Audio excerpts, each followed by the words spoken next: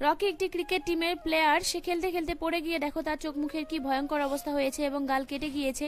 সে তৎক্ষণাৎ ডক্টরের কাছে গেলে ডক্টর যেভাবে তার ট্রিটমেন্ট শুরু করেন, প্রথমে গোড়া থেকে পুঁজ বের করে দিয়ে একটি দামি ওষুধ লাগিয়ে দেন এবং তুলো দিয়ে ভালোভাবে মুছে নেন। থুতনির নিচে একটি ওষুধ লাগিয়ে দিয়ে একটি পেস্ট লাগিয়ে দিয়ে রিমুভ করে নেন। ঠোঁটে থাকা এই গোটাগুলো ফুটো করে দিয়ে পুঁজ বের করে দেন। নাকে একটি ইঞ্জেকশন লাগিয়ে দেন। চুলে থাকা ইকুনগুলো একটি উকুন মারা স্প্রে দিয়ে ছাড়িয়ে দেন। মাছগুলো ভালোভাবে ছাড়িয়ে নেন।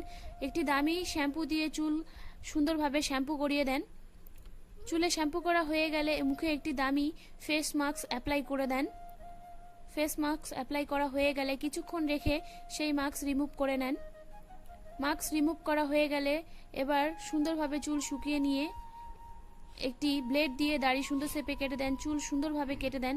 চুল কাটা হয়ে গেলে একটি ফেস ক্রিম লাগিয়ে দিলে রকি আগের মতো পুরোপুরি সুস্থ হয়ে যায়।